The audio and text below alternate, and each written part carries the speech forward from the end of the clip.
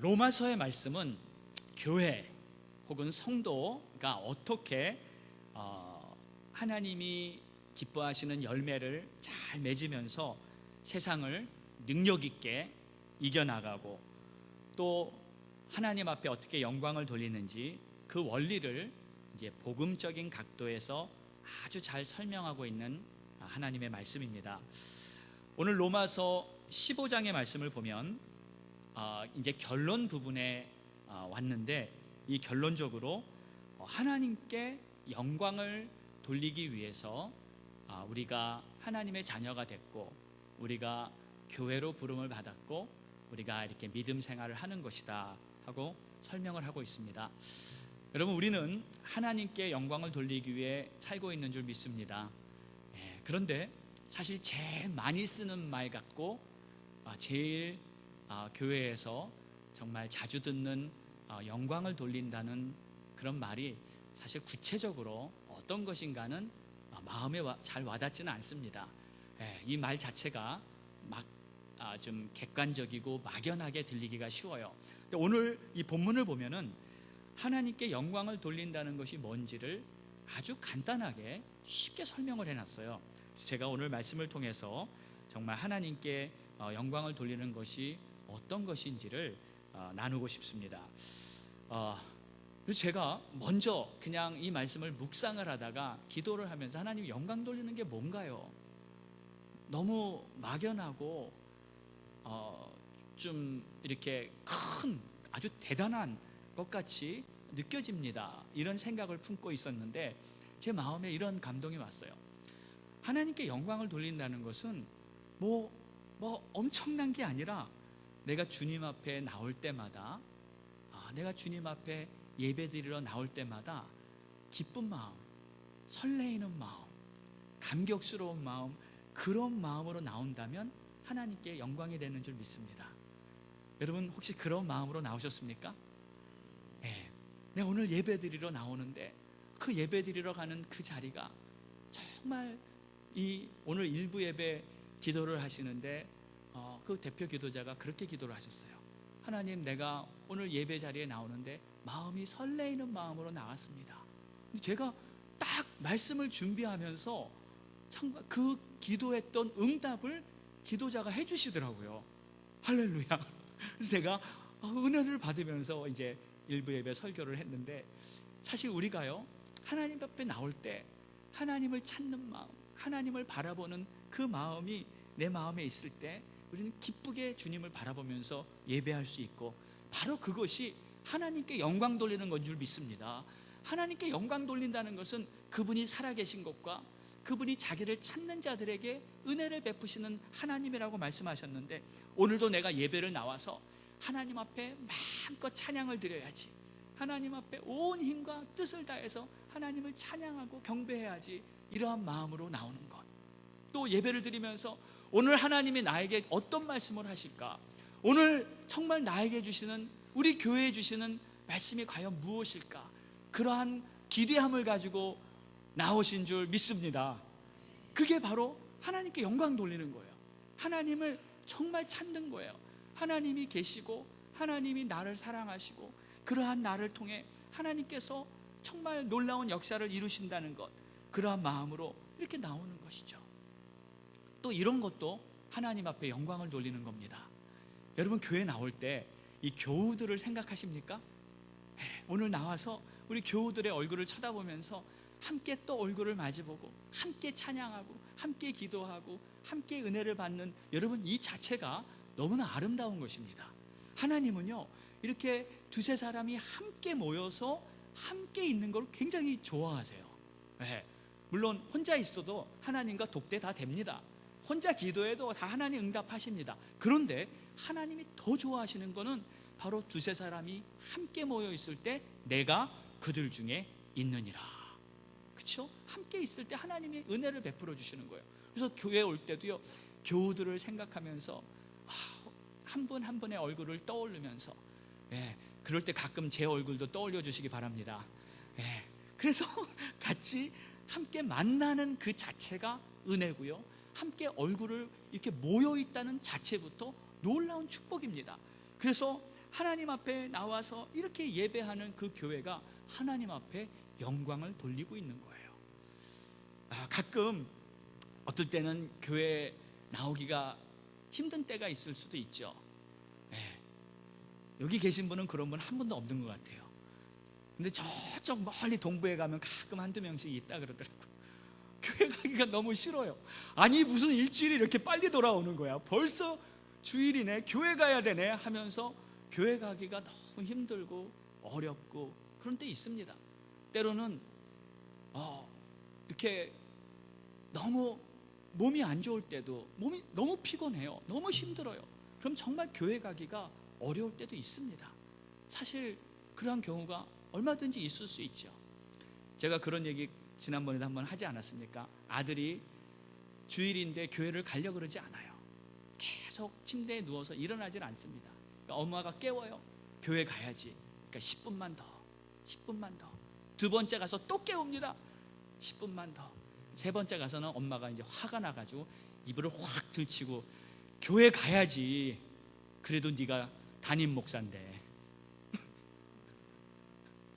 담임 목사도 때로는 교회 가기가 싫을 때가 있다는 게 제 얘기는 아닙니다.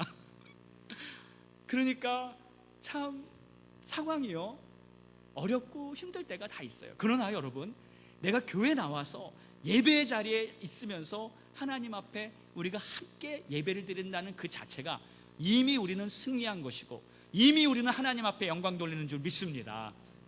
그래서 오늘 성경은, 이 로마서에서는 하나님 앞에 영광을 돌리는데 이게 어떤 것인지를 이제 설명을 하고 있는데, 참 오늘 저는 말씀을 준비하면서 은혜를 많이 받았어요. 2절을 보니까 이렇게 말하고 있습니다. 우리 각 사람이 이웃을 기쁘게 하되 선을 이루고 덕을 세우도록 할지니라.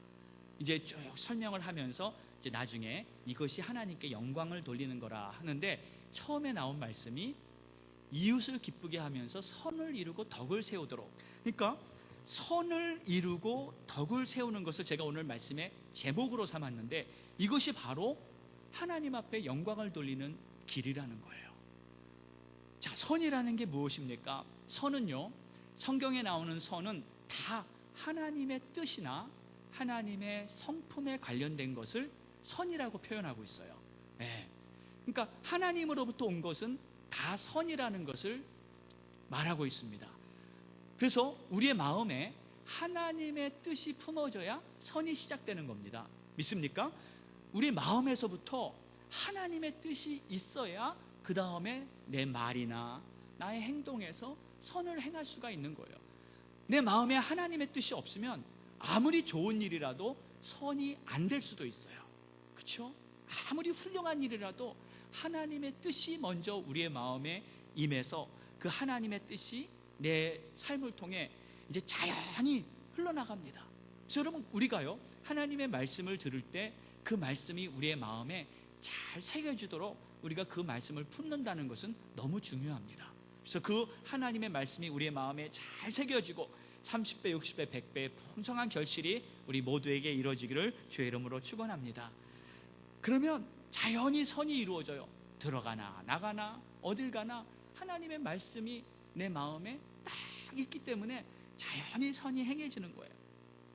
자, 그러고 나서 이제 선을 이루고 덕을 세우도록 하라, 이렇게 이렇게 표현이 되어 있는데, 사실 원어에 보면은 선을 이루고 덕을 세우도록 할지니라라는 뜻이 아니고요, 이런 뜻입니다. 우리 한국말로는 이루고, 그러니까 and, 선을 이루고 플러스 덕을 세우라, 이렇게 해석이 됐는데, 번역이 됐는데, 원래의 뜻은 선을 이루어서 덕을 세우라라는 뜻이에요. 그러니까 선을 이루는 것이 조건이고, 그리고 덕을 세우는 것은 결과라는 뜻이에요.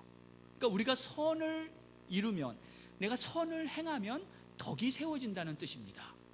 그러니까 이제 오늘 그래서 제가 제목을 선을 이루고라고 하지 않고 선을 이루며라 그랬어요. 선을 이루면서 결국은 덕을 세우는 것이 하나님이 우리에게 말씀하고 계신 정확한 메시지입니다.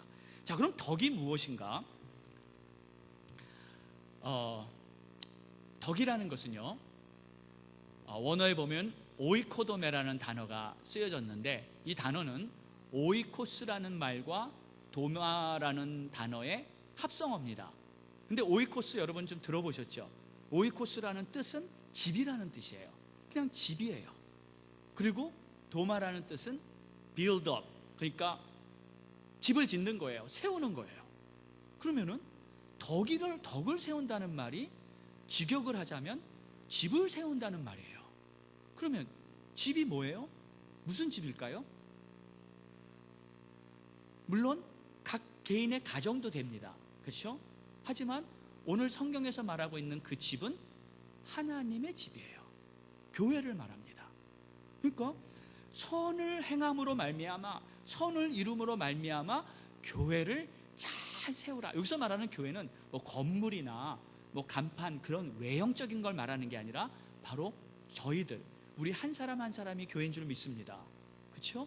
그래서 우리가 선을 행함으로 말미암아 교회를 잘 세우는 것, 그러니까 덕을 세운다는 뜻은 집을 세운다, 그리고 하나님의 교회를 세운다는 뜻이에요.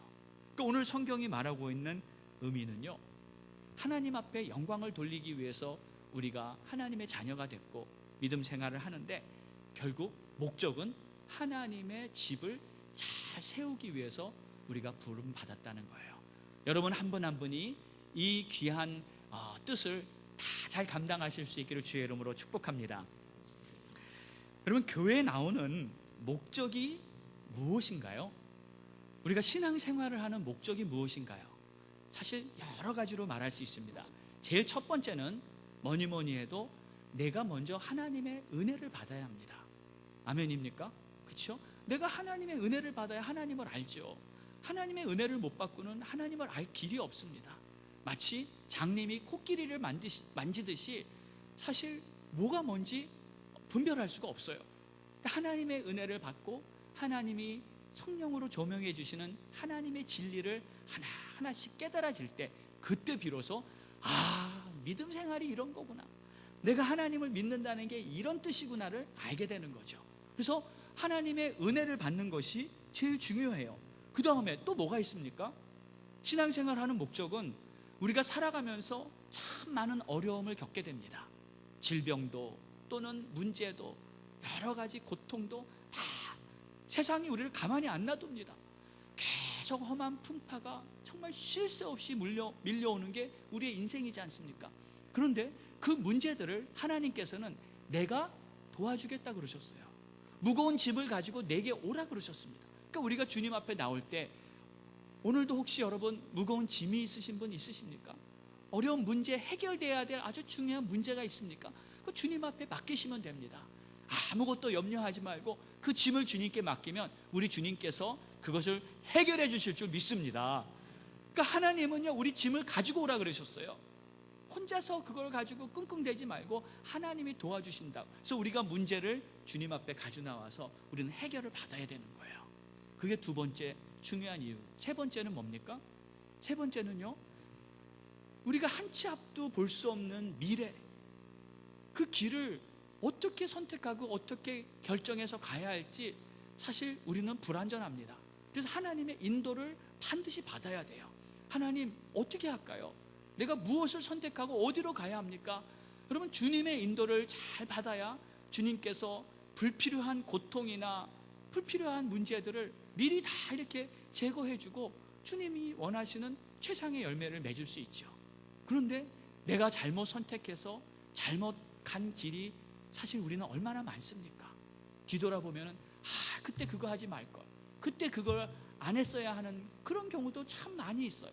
왜? 그러나 하나님의 인도를 잘 받으면요, 하나님께서 정말 우리에게 예비하신 많은 좋은 것들을 우리는 누릴 수 있는 것이죠.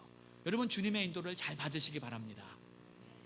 자, 그런데 내가 은혜를 받고 문제를 해결받고 또 앞으로의 인도함을 잘 받는 것도 중요하지만, 여러분, 우리는 거기서 끝나면 안 됩니다.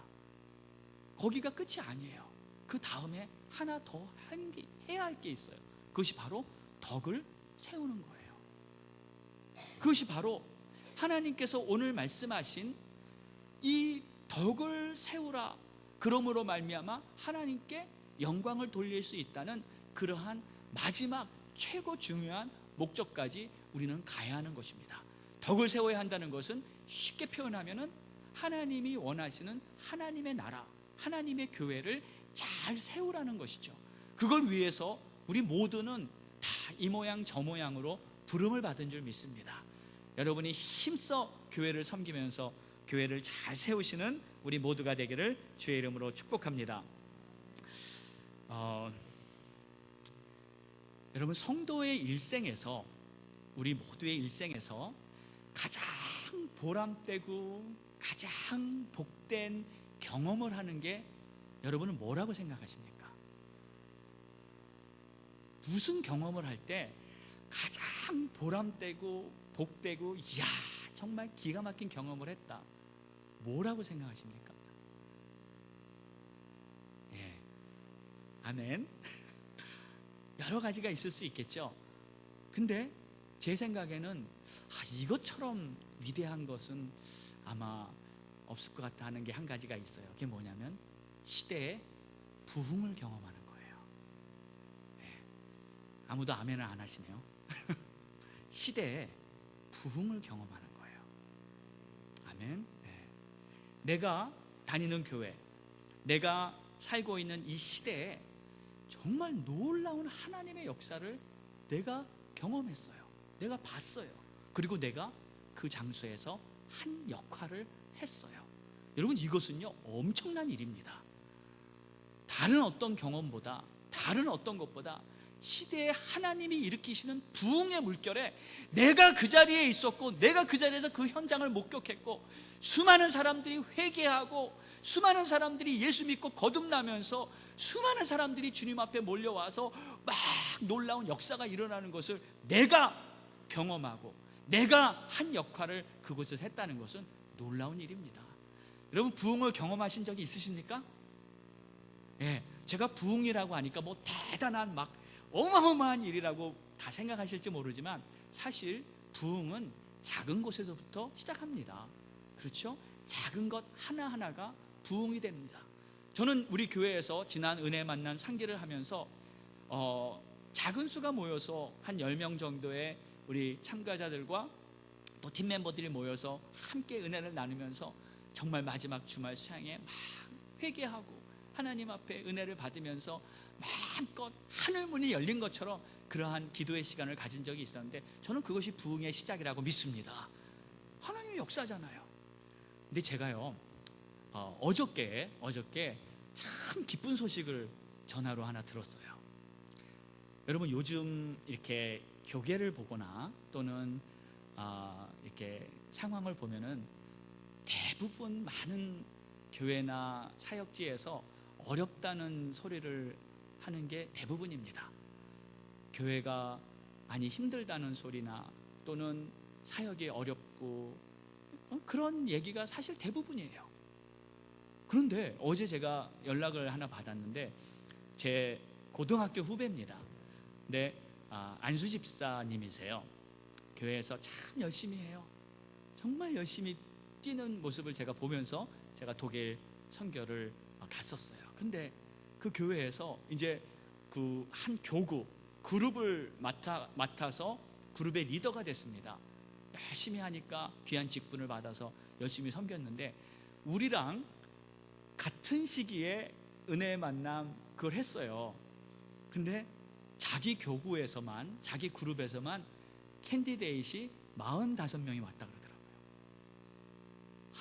한 교구에서 세 가족이 새로 교회에 와서 이제 예수 믿겠다 그러고 45명이 왔는데, 그분들이 은혜를 받으면서 막 정말 하나님 앞에서 정말 새로운 은혜와 변화를 경험하면서 헌신하고 막 이런 역사가 일어나서 너무 기뻐가지고 전화가 온 거예요. 전화가 와서 막 그 얘기를 하는데, 처음에는 그 교구가 교회에서 제일 작은 교구였었어요.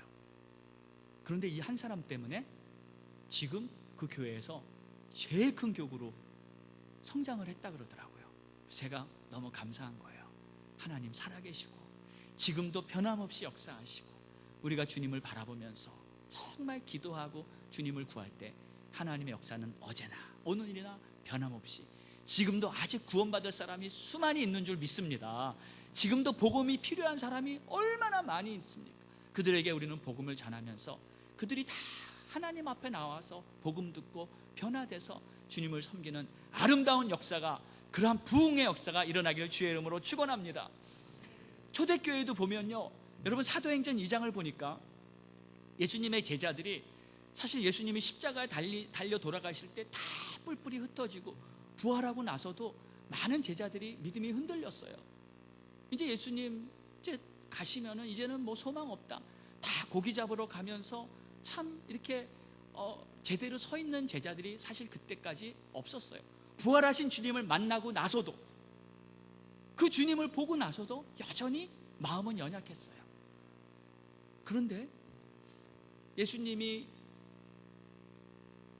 어딜 떠나지 말고 모여서 계속 기도하고 하나님이 주실 성령을 기다리라 그랬을 때 그들은 그 말씀에 순종해서 마가다락방에 열심히 모여서 계속 기도하고 기다리고 있었는데, 정말 하나님이 말씀하신 그 성령의 놀라운 역사가 그날 제자들에게 임했습니다.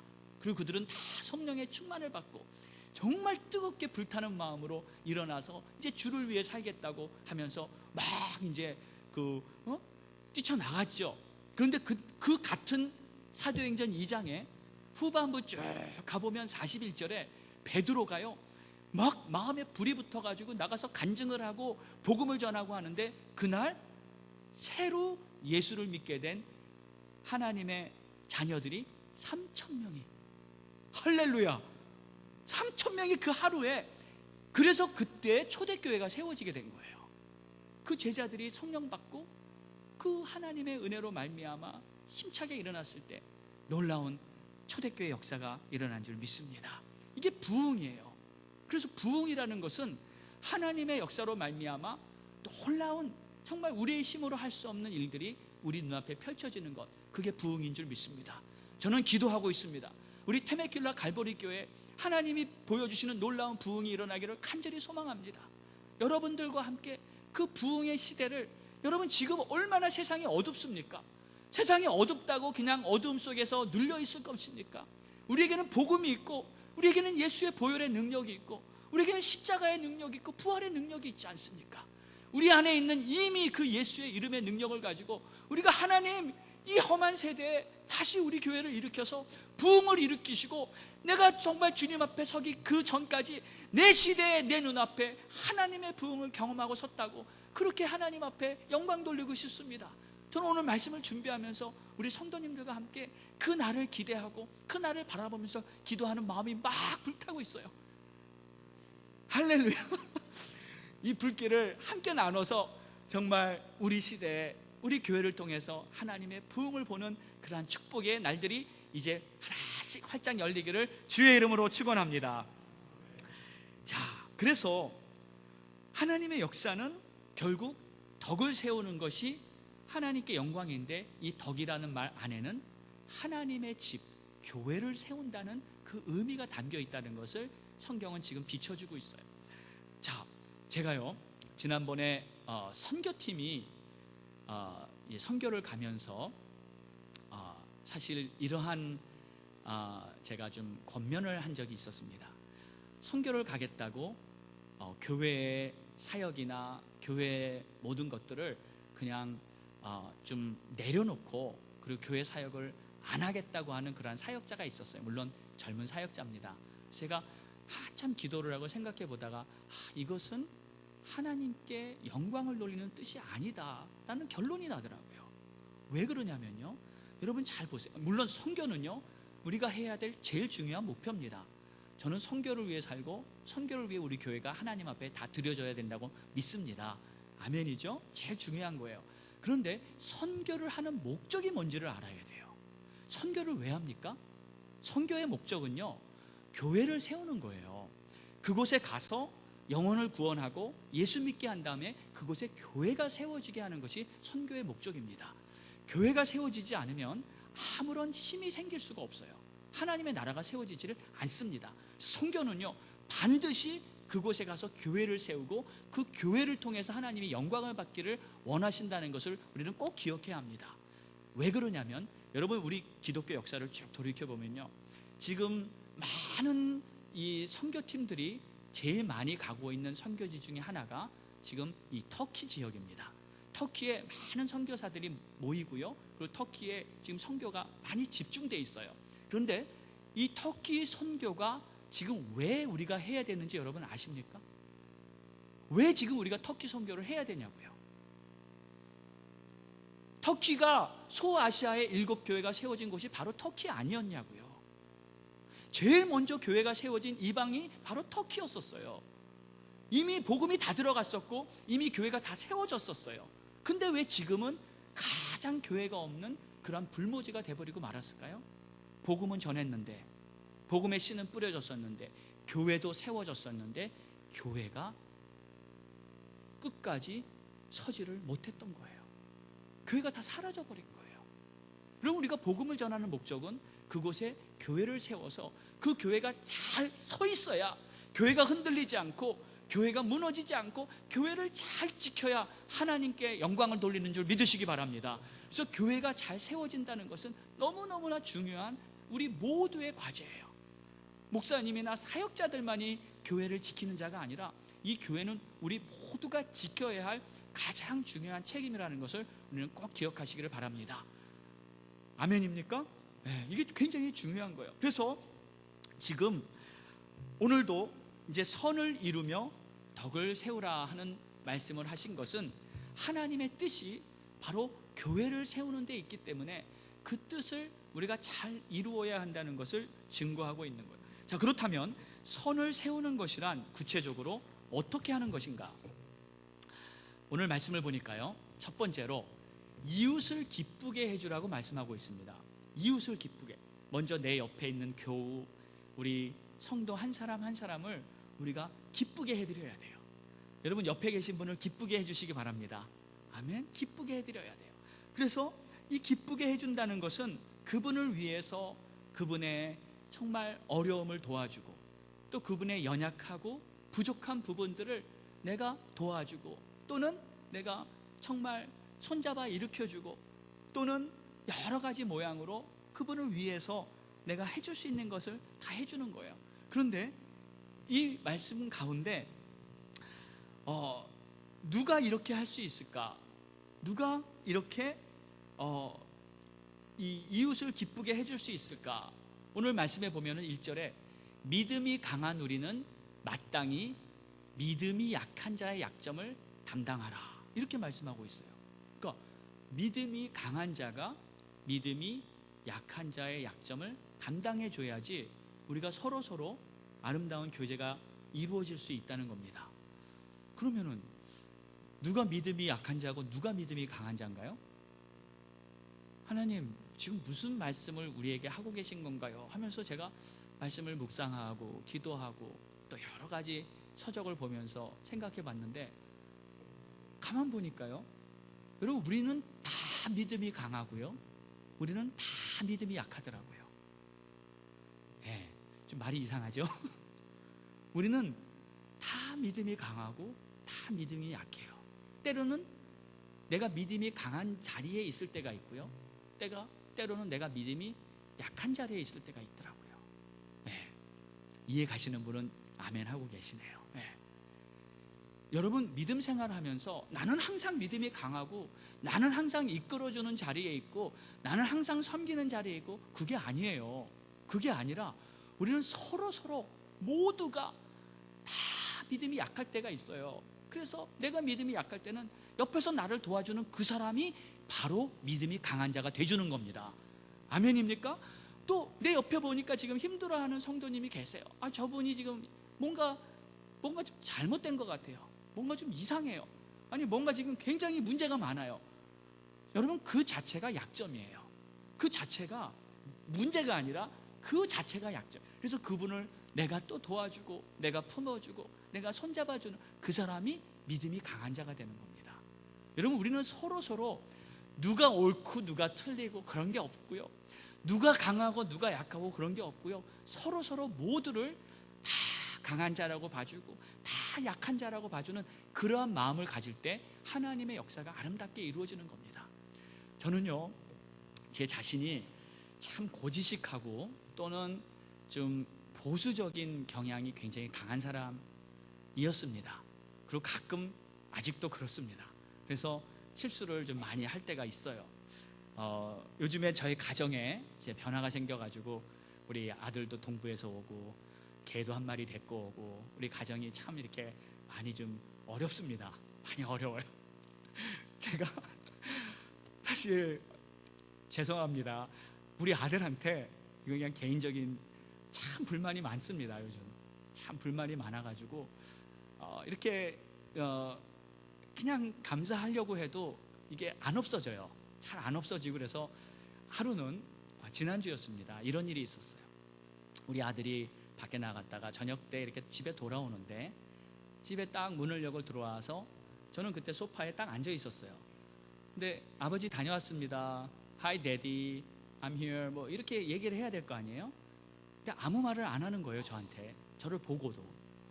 그리고 걔는 우리 아들을 반기려고 막 따라 나와가지고 꼬리를 치고 점프를 하고 난리를 치니까 걔를 부둥켜 안고 막 예뻐하고 좋아하더라고요. 그래서 내가 저 녀석 아버지한테 다녀왔습니다 말도 안 하네 하면서 이제 마음이 좀 힘들었어요. 좀 이따 하겠지. 한 5분 동안 제가 앉아 있는데 저를 본체만 채 안 하더라고요. 여러분 같으면 어떠시겠어요? 제가 마음이 힘들어지기 시작하는 거예요. 더 이상 못 앉아 있겠어요, 그 소파에. 그래서 하고 헛기침을 하면서 제 방으로 들어가 버리고 말았습니다. 내가 좀 잘못 키웠나? 이런 생각도 들고 무시당한 것, 개만도 못하게 무시당한 것 같고 사실 그랬어요, 그날 저녁에.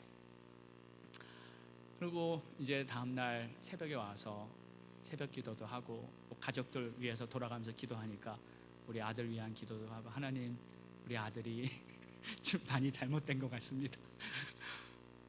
이런 식으로 아들을 위해서 기도하는데 우리 주님이 제 마음에 이런 감동을 이런 마음을 주시더라고요. 너는 왜 아들을 기뻐해 주지 못했니?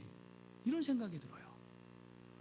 너는 왜 아들이 들어올 때 네가 달려나가서 네가 먼저 그를 안아주고 너가 먼저 기뻐해 주지 못했니? 제가 그렇게 안 했거든요. 그냥 소파에 앉아 있었거든요. 만약에 너가 네 아들을 향해 달려나가서 안아주고 어서 와라, 아유 모든 게 잘 됐니 하면서 품어주고 그랬으면 아들이 너를 기뻐했을 텐데 너는 왜 권위주의자처럼 그냥 인사를 먼저 받아야 되는 사람처럼 그 의자에 앉아 있었니? 오히려 하나님이 저를 책망하시는 거예요. 그런 마음이 느껴졌어요. 그 순간 제가 내가 많이 잘못됐구나. 내 생각과 내 기준으로 다른 사람을 재고 판단하고 비판하는 게 아직도 많이 있구나. 제가 아들한테 한 수 배웠습니다. 가만 보니까 제가 걔가 우리 아들을 대하는 것보다 더 못한 아비였더라고요. 참 많은 것을 깨닫고 있습니다. 그러니까 저는 우리 아들이 잘못했다, 우리 아들이 저게 약점이다, 저게 부족함이다 생각했는데 그게 아니라 제가 잘못된 거더라고요. 제가 약하고 제가 부족한 거더라고요. 여러분, 우리가 서로 약점을 받아주고 감당해 준다는 말도요 똑같은 것 같아요. 어떻게 보면 내가 윗사람이니까, 내가 더 높은 자리에 있으니까 당연히 저 사람이 나한테 이렇게 해줘야 되는데 그렇게 안 했을 때는 저 사람이 잘못됐다고 생각하는데 하나님은 많은 경우에 이걸 뒤집어 버리세요. 많은 경우에 오히려 네가 잘못한 거다, 네가 부족한 거다 하고 말씀하시고, 그럴 때마다 우리의 마음이 새로워져야 될 것 같아요. 여러분, 우리는 모두가 연약합니다. 아멘입니까? 다 부족합니다. 그리고 서로를 볼 때 그냥 부족하다, 연약하다 판단하는 게 아니라 우리가 정말 그 사람을 더 귀하게 여기면서 손을 내밀고 붙잡아 줄 때 하나님의 아름다운 정말 그러한 공동체가 이루어지게 될 줄 믿습니다. 우리는 다 믿음이 강한 자가 되어줘야 합니다. 그렇죠? 다 믿음이 강한 자가 되어줘야 해요. 그리고 내가 좀 믿음이 약할 때는 옆에 사람에게 좀 나를 보살펴 달라고 의지하고 부탁하는 것도 아름다운 일이에요. 그러면 또 그 사람이 나를 붙잡아주고 세워주고, 이렇게 아름답게 주님의 공동체가 이루어질 때 그것이 바로 하나님의 나라며 그것이 바로 우리 주님이 원하는 아름다운 천국의 모양이 될 줄 믿습니다. 오늘부터 우리 교회가 이제 가정 셀 모임을 다시 시작합니다. 이 셀 모임은요, 그냥 형식적으로 소그룹이 모여서 그냥 얘기하고 그냥 대화하고 서로 알아가는 것을 그냥 목적으로 하는 것은 사실 아닙니다. 진짜 목적은 주님이 원하는 이러한 공동체가 되기 위해서 우리가 서로 약한 점, 또 필요한 거를 서로 붙들어주고 도와주고 또 같이 기도하면서 주님께 나아가는 것이 이러한 진짜의 목적이죠. 앞으로 우리 교회에 정말 아름다운 이러한 역사가 일어나기를 주의 이름으로 축복합니다. 두 번째는 하나님 앞에 영광을 돌리며 덕을 세우고 아름답게 교회가 세워지려면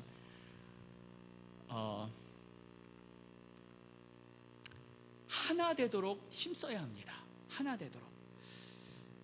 교회가 하나 된다는 것은 참 이상적인 형태죠. 교회가 하나 된다는 것은 아름다운 일이고요, 교회가 하나 될 때 정말 놀라운 주님의 영광을 드러낼 수 있습니다. 그런데 교회가 하나 된다는 것은 교회의 수가 적다고 하나 되는 것도 아니고요, 교회 교인들이 너무 많다고 교회가 하나 되기 힘든 것도 아닌 것 같아요. 교회가 하나 될 수 있는 것은 정말 놀라운 축복인데 참 이상적인 상태인데 이런 생각이 들었어요. 교회가 이렇게 성도님들이 다 이렇게 모였을 때 정말 하나 된다는 것이 가능할까? 가능할까요? 어떠세요? 저는 가능하지 않다고 결론을 내렸어요. 교회가 하나 되는 것은 불가능하다. 이거는 도저히 될 수 없는 일이다. 왜냐면요, 그렇지 않습니까? 우리 모두가 다 배경이 다르고요, 생각이 다 다릅니다. 100% 다릅니다. 예, 그리고 경험도 다 달라요. 그리고 신앙의 컬러도 다 다릅니다. 특히 이 테메킬라 지역은 보니까 외부에서 이렇게 있다가 은퇴하러 다 각각 다른 교단, 다른 배경으로 있다가 모이신 그러한 좀 특수 지역 같기도 해요. 그러니까 더 다르다고 볼 수도 있죠. 그러면은 이렇게 다 다른 배경에서 함께 모여서 우리가 이렇게 믿음 생활하는데 하나 된다, 이것은요 사실 불가능한 일이에요. 안 되는 일입니다. 그래서 저는 결론을 내렸어요. 그것은 안 되는 일이다. 불가능하다. 그러나 가능할 수 있는 방법이 딱 한 가지가 있죠. 그것은 바로 하나님께서 그 일을 해주시면 가능한 줄 믿습니다. 하나님이 해주시면 가능해요. 우리의 힘으로는 도저히 될 수 없는 일이 교회가 하나 되는 거예요. 교회뿐만이 아닙니다. 여러분, 세상에 있는 어떤 공동체를 보세요. 어떤 조직을 보세요. 하나 될 수 있는 조직은 사실 없는 것 같아요. 아니면 이상한 조직은 하나 되는 경우가 있습니다. 예를 들어서 이단이라든지 공산주의라든지 이런 거는 분명히 하나 됐죠. 하지만 속마음은 역시 다를 수도 있죠. 겉으로 보기에는 이제 하나죠. 자, 하나님의 교회, 진짜 교회는요, 하나 될 수 있는 비결이 하나님께서 역사를 해주시면 하나가 됩니다. 그래서 오늘 성경은 말을 하고 있어요. 5절과 6절을 우리 한번 같이 읽어볼까요? 시작. 하나님이 너희로 예수를 본받아 서로 뜻이 같게 하여 주사 한 마음과 한 입으로 하나님 곧 우리 주 예수 그리스도의 아버지께 영광을 돌리게 하려 하노라. 네, 여기도 목적이 영광을 돌리는 게 목적이에요. 그런데 뜻이 같고 한 마음, 한 목소리, 한 말을 하게 되고 이렇게 되게 된다는 거예요. 근데 주어가 누굽니까? 누가 해주시는 거예요? 하나님이 너희로 서로 뜻이 같게 하여 주신다는 거예요. 하나님이 해주신다는 거예요. 여러분, 하나님이 교회에 역사하시면 우리는 하나 됩니다. 수가 적든 많든 상관없이, 어떠한 배경으로 모였든 상관없이 하나님이 역사해 주시면 우리는 다 한 마음이 되고요, 우리는 다 한 뜻이 되고요, 우리는 다 같은 말을 하면서 하나님의 뜻대로 가는 것이 바로 참된 교회의 모습인 줄 믿습니다. 우리 테메큘라 갈보리 교회는 정말 하나님이 역사하셔서 우리가 다 한 마음을 갖고 함께 나가는 교회가 될 것입니다. 우리는 그것을 향해서 함께 나갈 것인데 이런 말을 들어본 적이 있습니다. 두 사랑하는 연인이나 부부가 정말 서로 좋을 때는 서로에게 눈길을 띄지 않아요. 그냥 서로 마주보면서 그냥 둘만 쳐다보고 있잖아요. 예, 좋을 땐 그렇습니다. 예, 그런데 그렇다고 항상 그런가요? 아니더라고요. 예, 시간이 지나면 뭐 싸우기도 하고 뜻이 달라서 다 그렇습니다. 그런데 이 두 사람이 항상 행복하고 항상 한 마음이 되려면 딱 한 가지가 있어요. 두 사람이 서로를 마주보고 서로를 향해 좋아하는 것보다 같은 목표를 향해 같은 것을 바라보고 있으면 두 사람은 항상 함께 가는 그러한 아름다운 정말 관계가 될 줄 믿습니다. 우리 교회도 마찬가지인 것 같아요. 우리가 그냥 서로만 바라보고 있으면은 사실 그것은 한계가 있어요. 서로 바라보면서 그것으로만 만족하고 있으면 하나가 될 수 없습니다. 우리가 바라볼 곳은 오직 주님인 줄 믿습니다. 우리를 구원하신 십자가 예수 그리스도만 바라보면서 우리가 함께 그분이 주신 목표를 향해서 한 걸음 한 걸음씩 나아가면 우리는 항상 하나됨으로 그 아름다운 모습을 지킬 뿐만 아니라 하나님께서 예비하신 놀라운 부흥의 역사가 바로 우리 눈앞에서, 바로 우리 현장 앞에서 놀라운 부흥을 경험하게 될 줄 믿습니다. 오늘도요, 우리는 하나님 앞에 예배드리면서 정말 설레는 마음으로 저는 이 자리에 왔습니다. 그리고 하나님이 주신 말씀이 이제 우리 교회에 이루어질 것을 저는 믿어 의심치 않습니다. 그리고 하나님께서 역사하실 것을 정말 간절히 사모하고 정말 간절히 구할 때 우리 성도님들도 저와 함께 같은 마음을 품고 주님을 바라보면서 이제 새롭게 열릴 놀라운 날들을 바라보면서 주 안에서 승리하시고 풍성한 열매를 맺는 우리 모두가 되기를 주의 이름으로 축원합니다. 아멘. 기도하겠습니다. 다 같이